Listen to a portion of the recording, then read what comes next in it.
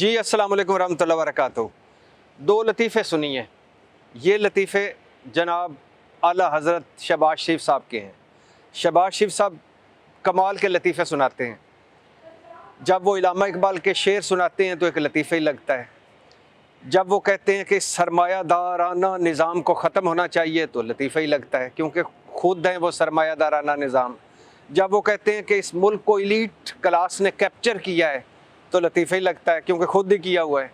जब वो नवाज शरीफ साहब को कायद-ए-आज़म सानी कहते हैं तो लतीफ़ा ही लगता है। और शहबाज शरीफ साहब के वो लतीफ़े कि आसिफ अली जरदारी तुझे लाहौर, कराची और लाड़काना की सड़कों पर घसीटेंगे, लतीफ़ा। ए आसिफ अली जरदारी, तेरे जो स्विस बैंकों में पैसे पड़े हुए हैं वो मैं वापस लाऊंगा, लतीफ़ा। आसिफ अली जरदारी के साथ हुकूमत करने से बेहतर है कि मैं सियासत ही छोड़ दूँ, लतीफ़ा।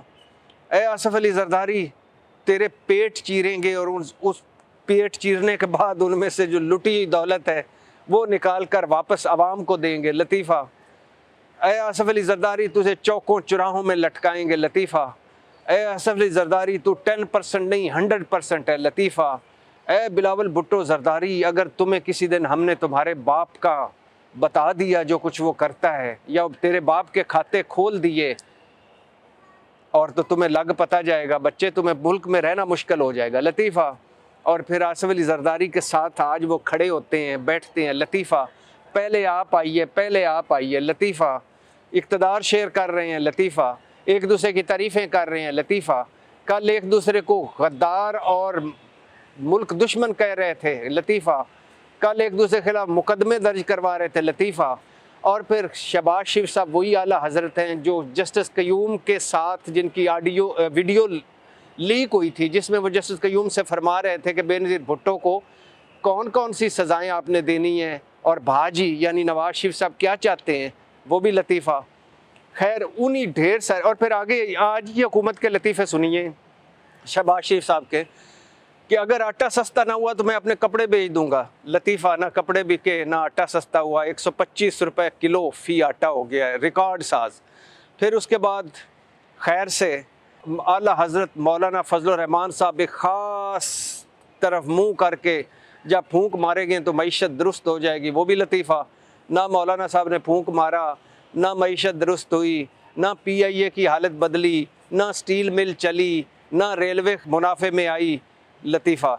अच्छा, फिर उसके बाद जनाब शहबाज शरीफ साहब का वो बयान कि हम सारे जो इकट्ठे हुए हैं ये रियासत बचाने के लिए इकट्ठे हुए हैं, ये भी लतीफ़ा। फिर आला मौलाना हज़रत शहबाज शरीफ साहब रात को जाके मिलते हैं, जब डिग्गी में जाकर मिलते हैं, डिग्गी में मलिक अहमद साहब की गाड़ी की डिग्गी में सुना गया है कि उनकी कार की डिग्गियों में बैठकर जब जाके मिलते हैं और सुबह आके जमहूरियत की बात करते हैं तो लतीफ़ा। फिर शहबाज शरीफ साहब का वो बड़ा लतीफ़ा जो जमहूरी तारीख़ में सुनहरी हल्फों से लिखा जाएगा कि मैं इलेक्शन से 1 महीना पहले वज़ीर-ए-आज़म बन चुका था और काबीना के नाम फ़ाइनल हो चुके थे। कभी सुना है दुनिया के किसी मुल्क में किसी जमहूरी सियासतदान ने कहा हो कि इलेक्शन होने से पहले मैं वज़ीर-ए-आज़म बन गया था, लतीफ़ा। उसी शहबाज शरीफ साहब ने इस जैसे दर्जनों, बीसों, सैकड़ों लतीफ़ों के खालिक मालिक शहबाज शरीफ साहब का ताज़ा लतीफ़ा सुनिए। उन्होंने फरमाया है कि 8 महीने की हुकूमत है, अपनी हुकूमत की बात कर रहे हैं, 8 महीने की हुकूमत है और ये 8 महीने की हुकूमत 30 साला मलबा कैसे ख़त्म कर सकती है। मतलब 30 साला जो गंद पड़ा हुआ है उसको 8 महीने की हुकूमत सिर्फ 8 महीनों में कैसे ख़त्म कर सकती है, कैसे साफ़ कर सकती है। अब ये लतीफ़ा इसलिए भी है कि शहबाज शरीफ साहब को शायद इल्म नहीं, या शायद वो भूल गए हैं, या शायद वो बताना नहीं चाहते, या शायद वो समझते कि ये कौम बेवकूफ़ बनाने, हम इनको हमेशा से बेवकूफ़ बनाते हैं, एक मरतबा फिर बना दें। या शायद वो जोश जज्बात में हक़ाइक़ भूल गए कि अगर 3.25 साल इमरान खान के निकालें और 8 साल मुशर्रफ के निकालें, मतलब 12 साल निकालें, तो बाकी 18 साल तो इनके और जरदारी साहब के हैं। यानी 18 साल में जो मलबा हम पे, इस कौम पे, इस मुल्क पर पड़ा है, जो गंद डाला गया, वो तो शहबाज शरीफ साहब, नवाज शरीफ साहब, जरदारी साहब और मौलाना साहब का डाला हुआ है। तो इसका मतलब है कि पहली बात तो आप ये मान गए हैं कि 30 साल मलबा है, उनमें से 12 साल का मलबा चलो मुशर्रफ साहब और इमरान खान साहब को दे दीजिए, बाकी 18 साल का गंद और मलबा तो आपका है ना। मान गए ना कि हम भी आए थे और गंद डाला था, हमने भी मलबा ही गिराया इस कौम पे, इस मुल्क पे। तो मतलब अगर उस वक़्त आप मलबा डाल रहे थे और गंद डाल रहे थे तो आज उठाएं। अब आज जो आप तरक्की और कामरानी की राह पर इस मुल्क को गामजन कर चुके हैं, और आपके बाबाए मईशत इसहाक डार साहब भी गायब हैं, डॉलर भी गायब है। अगर और इस मुल्क में इस वक्त सिर्फ 3 चीज़ें तरक्की कर रही हैं, डॉलर, महंगाई और शहबाज शरीफ साहब की काबीना, बाकी सारे तो ज़वाल पजीर हैं। तो अगर शहबाज शरीफ साहब 12 साल निकाल के 18 साल का आप अपना गंद नहीं उठा सकते तो आप हमारे क्या मसाइल हल करेंगे? और अगर आपने पीछे गंद डाला है तो कैसे हम मान जाएं कि आप भी गंद नहीं डाल रहे होंगे? आला हज़रत शहबाज शरीफ साहब का क्या कहें? टीटियों केसों से उनको मनी लॉन्ड्रिंग से बरी कर दिया गया है, इसके अलावा बाकी उनको हाज़िरियों से इस्तिस्ना मिल गया है, इसके अलावा उनके दोनों बेटे वापस मुल्क में आ चुके हैं, दोनों को अदालतों ने रिलीफ दे दिया है, दामाद भी प्रोटोकॉल से आ चुके हैं, और इसके अलावा भाई भी आने वाले हैं, नवंबर की तकर्री भी कर चुके हैं, नैब भी ख़त्म कर चुके हैं। तो हजूर जब इतना सारा कुछ कर चुके हैं आप रियासत और मुल्क कौम के और जमहूरियत के नाम पे, तो फिर ये अपना डाला हुई गंद हटा लें यार, अपना डाला हुई मलबा साइड पे कर लें यार। इमरान खान और मुशर्रफ के खाते में बुराइयां जो डालनी है डाल लें। वैसे मैं बताता चलूँ कि मुशर्रफ साहब के दौर में डॉलर 60 रुपये था, जो आज डॉलर आपके सिर्फ 8 महीनों में डॉलर 70-80 रुपये बढ़ा है। उनके दौर में डॉलर 60 रुपये था। मुशर्रफ साहब के दौर में ज़र मुबादला 18 अरब डॉलर से भी ज़्यादा था, और आज आपका 6 अरब डॉलर है, और वो भी मांगा तांगा। और मुशर्रफ के दौर में इलेक्ट्रॉनिक मीडिया आया था, ये जिस पे आज आप खड़े होकर भाषण देते हैं ना शहबाज शरीफ साहब, ये मुशर्रफ का लाया हुआ मीडिया है। मुशर्रफ के दौर में बल्दियाती निज़ाम ऐसा था, ऐसा बल्दियाती निज़ाम के लोग MNA MPA की सीटें छोड़कर नाज़म बनना पसंद करते थे। आप तो इस्लामाबाद के इलेक्शन से ही फ़रार हासिल कर रहे हैं, वो ही नहीं करवा रहे। बाकी आप सूबे में या सूबों में क्या बल्दियाती इंतखाबात करवाना है? आपकी 27 किलोमीटर की हुकूमत है जो इस्लामाबाद की, उसके बदल बल्दियाती इंतखाबात से ही आप भाग रहे हैं। तो मुशर्रफ दौर का बल्दियाती निज़ाम, मुशर्रफ में वो ख़वातीन की नशिस्तें भी कौमी असम्बली में बढ़ी थी। और मुशर्रफ की शरह तरक्की भी देख लें, मुशर्रफ के दौर में बाहर हमारी इज़्ज़त भी देख लें, तो आप उनको बुरा कहते रहें क्योंकि वो आमर हैं। आप ज़रा सियासी आमर हैं तो और जमहूरी आमर हैं, जमहूरी आमरों का ज़रा छुप जाता है जमहूरी चौकों में। वरना तो आप एक मरतबा लंदन गए थे, वहीं से आपने बैठ के कागज़ जारी किया था, और उस कागज़ में लिखा था कि कौन नायब सदर है, कौन सदर है। कभी आपने अपने जमात में इलेक्शन नहीं करवाए। जब भी इलेक्शन करवाए हैं, कांटेदार मुकाबले के बाद आप और आपके ख़ानदान बिला मुकाबला मुंतखब हो जाता है। और आप तो ये भी खैर शहबाज शरीफ साहब का एक लतीफ़ा ही था कि जब वज़ीर-ए-आज़म बने उसके बाद 4 मरतबा काबीना लेकर अदालतों के मफरूर नवाज शरीफ साहब के पास पहुँचे हुए थे और वहाँ से फ़ैसले कर रहे थे। खैर शहबाज शरीफ साहब, अगर आपने अपना गंद और अपना मलबा नहीं उठा सकते तो मेहरबानी करके सियासत को खैरबाद कह के तो कोई और काम कर लें यार। आपको तो और बड़े भी काम आते होंगे। आपकी तो एक रमज़ान मिल आपको मिली थी वरासत में, उसके बाद अल्लाह ने आप पे इतना करम किया और आप अरबपति हो गए, बिना तनख्वाह लिए, बिना कारोबार किए, बच्चे आपके अरबपति हो गए। अब तो हिंद सिंध में जदादें हैं आपकी। तो मेहरबानी करें इस गरीब कौम पे, हम कर्ज़ों में जकड़ी हुई कौम पे मेहरबानी करें और साइड पे हो जाएं। दूसरा शहबाज शरीफ साहब, जो आपका लतीफ़ा आज मैं सुनाना चाहता हूँ इस कौम को, वो ये है कि शहबाज शरीफ साहब ने कल या परसों एक बयान दिया है, उसमें फ़रमाया है कि ये आवाम को फ़ैसला करना है कि उन्होंने घड़ी चोर को या घड़ी बेचने वाले को वोट देना या खिदमत करने वाले को।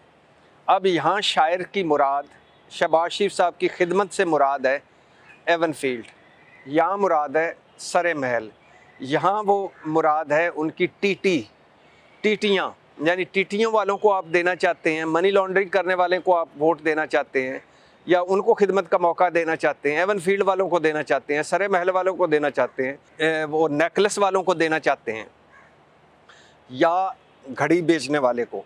दूसरा, शहबाज शरीफ साहब ये भी इसमें कह रहे हैं कि आप घड़ी बेचने वाले को वोट देना चाहते हैं या जमहूरियत बेचने वाले को, या वोट की इज्जत दो बेचने वाले को, या इस कौम की खुशहाली बेचने वाले को, या इस पूरे मुल्क को बेचने वाले को देना चाहते हैं, या घड़ी बेचने वाले को। लतीफ़े सुनाने में शहबाज शरीफ माहिर है, कमाल के लतीफ़े सुनाते हैं। और इस कौम का देख अजीब व गरीब हाल है, कमाल ये कौम है कि सुनती जाती है और सर धनती जाती है और नाचती जाती है और कहती जाती है कदम बढ़ाओ हम तुम्हारे साथ हैं।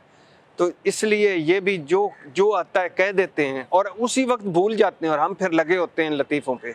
तो शहबाज शरीफ साहब मेहरबानी करें, अगर आप घड़ी बेचने वाले आपके सामने इतने बड़े बुराई का सिंबल हैं, तो जमहूरियत बेचने वाले भी होने चाहिए। वोट को इज्जत दो बेचने वाले भी होने। वोट की इज्जत जो बेच जाए, जो जमहूरियत बेच जाए, जो सिविलियन बालादस्ती बेच जाए, तो उससे बुरा तो मेरे ख्याल से इस मुल्क में और कोई नहीं होना चाहिए। और शहबाज शरीफ साहब, जब आप 12 मुलाकातें आपने जनरल कियानी से की थी बुरका पहन के रात की तारीकी में, जब आप कार की डिग्गी में मिलने जाते हैं, जब इलेक्शन से पहले 1 महीना पहले आप वज़ीर आज़म और काबीना के नाम फाइनल कर लेते हैं, जब जरदारी साहब को आप गले लगा लेते हैं, जब एवन फील्ड आप कबूल कर लेते हैं, सरे महल आप कबूल कर लेते हैं, जाली अकाउंट्स मनी लॉन्ड्रिंग कबूल कर लेते हैं, पनामा लीक्स कबूल कर लेते हैं, टीटियाँ कबूल कर लेते हैं, पापड़ फरोशों और फेरी वालों और फलूदा फरोशों जो को कबूल कर लेते हैं, तो घड़ी का क्या करते हैं घड़ी बेचने वाले? भाई ये मुल्क बेच गए हैं भाईजान, आपने किस्त दर किस्त मुल्क बेच दिया है। आपकी 7 नस्लें तरक्की कर गई, हमारी 7 नस्लें कर्जे में जकड़ी हुई और कोई ना हाल का पता ना मुस्तकबिल का पता, बस माजी रह गया। तो शहबाज शरीफ साहब लतीफ़े सुनाना बंद कीजिए, काम कीजिए। काम जैसे आप मैंने आपको कहा है ना, आपके लिए तो यही बायसे शर्म होना चाहिए कि इस मुल्क में इस वक्त 3 चीज़ें तरक्की कर रही हैं। एक महंगाई जिसको आप ख़त्म करने आए थे, एक डॉलर जिसको आप कंट्रोल करने आए थे, और तीसरी काबीना जो आपके लिए मेरी सबसे बड़ी चार्जशीट है कि कोई बंदा नहीं रह गया जिसको आपने वज़ीर मशीर मुआवनीन ना बनाया हो। तो खुदा के लिए जो काम करना है वो करें। अब ये जो जाली किस्म के बयानात हैं ये 90 की दिहाई में चलते थे, वो माइक तोड़ो परफॉर्मेंस, मेरा नाम शहबाज शरीफ नहीं, ये ना कर दिया तो मेरा नाम शहबाज शरीफ नहीं, ये ना कर दिया तो मेरा नाम शहबाज शरीफ नहीं। वो उस वक़्त बड़ा अच्छा लगता था जब आप पहले सैलाब में मलेशिया के कपड़े और लांग बूट पहन कर गए थे, तो चलता था कि बड़ा हमारे दर्द में गया है। मोटरसाइकिल पे आप बैठ जाते थे और किसी पिंड पहुंच जाते थे, और जब आप किसी गुलूकार से किसी महफिल में से माइक ले के गज़ल सुनाना शुरू कर देते थे, और जब आप मलेशिया के कपड़े पहन लेते थे, जब आप नवाज शरीफ साहब के भाई होकर, अरबपतियों बेटों के बाप होकर गरीबों की मेहनत, गरीबों की किस्मतों पर और गरीबों के नसीबों पर कुड़ते थे, तो उस वक़्त हम फिर भी बेवकूफ़ बन जाते थे। अब तो ना करेंगे, अब कम से कम बयान बदल लें, कोई रूप बदल रहे हैं, ताकि 2-4 महीने, 2-4 साल, 2-4 दिन हम और बेवकूफ़ बन जाएं। तो मेहरबानी करें, लतीफ़े सुनाना बंद करें, परफॉर्मेंस पे तवज्जो दें। आप मुझे आपकी परेशानी का इल्म है, दुनिया में कोई ऐसी जमात नहीं होगी, ये आखिरी बात कर रहा हूँ, ज़रा इस पे गौर कीजिएगा आप सारे। दुनिया में कोई ऐसी सियासी जमात नहीं होगी जिसके पास ना बयानिया हो कोई, मतलब मंशूर, मतलब सियासी बयानिया, मतलब जिस पे उस आदर्श और ख्यालात और अफकार जिस पे उसने बढ़ना हो, आगे जाना हो। ये लोगों को, जैसे ओबामा ने कहा था तब्दीली, जैसे भुट्टो साहब ने नारा मारा था रोटी कपड़ा और मकान, जैसे इमरान खान साहब ने कहा था तब्दीली आ नहीं रही आ गई है, आ नहीं रही आ गई है, जिस तरह नवाज शरीफ साहब ने कहा था ये मुल्क को मैं एशियन टाइगर बना दूंगा, कर्ज उतारो मुहिम शोर। इसी तरह जैसे इंडिया में शाइनिंग इंडिया है, तो दुनिया में कोई ऐसी जमात नहीं जिसके पास बयानियाँ भी ना हो और परफॉर्मेंस भी ना हो। खैर से पाकिस्तान मुस्लिम लीग और PDM इस वक्त कोई इनके पास बयानियाँ भी नहीं है, कोई कारकर्दगी भी नहीं है। तो जब जेबें खाली, झोली छेदो छेद और हाथ खाली हों, तो फिर ज़बानें चलती हैं। खाली बर्तन ज़्यादा खटखते हैं, उनसे ज़्यादा आवाज़ें आती हैं।